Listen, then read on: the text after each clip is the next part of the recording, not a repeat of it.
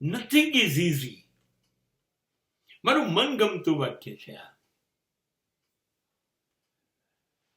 કશું જ સહેલું નથી from beginning two and.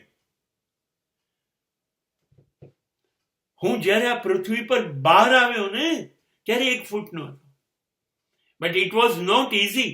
It was not my freedom. Though everybody is saying, oh જન્મ થઈ ગયો.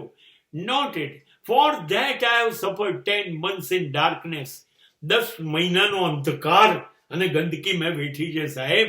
એમને જીવન બહાર નથી મળ્યું સાહેબજી. જીવન સહેલું ક્યારે હોઈ શકે નહીં ને જો સહેલું દેખાય તો એ જીવન હોતું નથી. જો આટલી મુશ્કેલીથી જીવન મળ્યું છે અને મોત,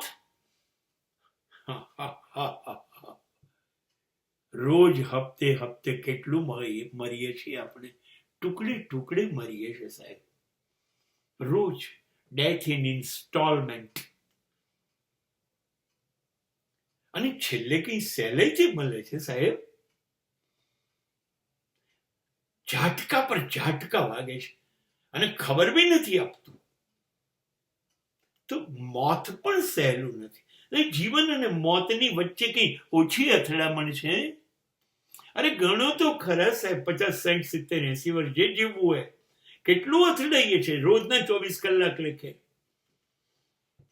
દિવસે અથડાવાનું, રાતે સપનામાં અથડાવાનું, ઊંઘવાનું ના મળે.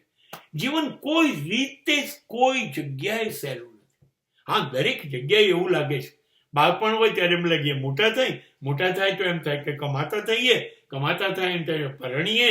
એમ બધી જગ્યાએ એમ લાગે મજા આગળ છે અને ક્યાંય મજા છે નહીં. જીવન કોઈ હિસાબે સહેલું નથી. બહુ જ મુશ્કેલ છે. હા, તમે એ મુશ્કેલ છે એવું માનવાનું બંધ કરો અને નક્કી કરો કે યાર આ તો કાયમનું છે, આવતું રહેશે જ. અને ત્યારે એ જીવન તમારા માટે સહેલું બની જાય છે. બાકી જન્મથી મરણ સુધી જીવન ક્યાંય સહેલું નથી.